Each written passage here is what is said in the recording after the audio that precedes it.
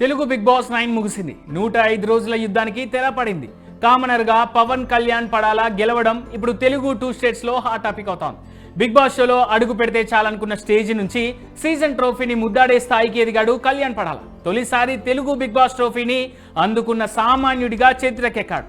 Big boss హౌస్లో ఉన్న ప్రతి వారానికి గాను 70,000 రూపాయల రెమ్యునరేషన్ అగ్రిమెంట్తో హౌస్లోకి వచ్చిన కళ్యాణ్ పడాల 15 వారాలకు గాను 10,50,000 రూపాయలను అందుకున్నాడు. దాంతోపాటే బిగ్ బాస్ విన్నర్ అమౌంట్ 35 లక్షలు ప్లస్ మరో 5 లక్షల గిఫ్ట్ క్యాష్ను అందుకున్నాడు.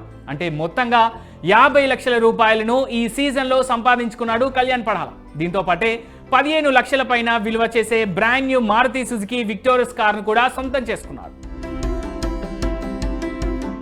ప్రతి సీజన్లో ఎవరో ఒకరు సోషల్ మీడియాలో ఎక్కువగా నెగిటివిటీని మూటగట్టుకుంటారు. ఈ సీజన్లో తనూజ కూడా అలాగే చాలా ఎక్కువ నెగిటివిటీని, దానికి సమానంగా ఫ్యాన్స్ నుంచి మద్దతును మూటగట్టుకుంది.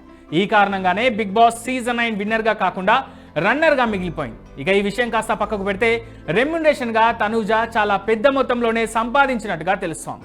వారానికి 2,50,000 చొప్పున 15 వారాలకు గాను ఈ సీరియల్ బ్యూటీ 37,50,000 రూపాయలను దక్కించుకున్నట్టు తెలుస్తోంది.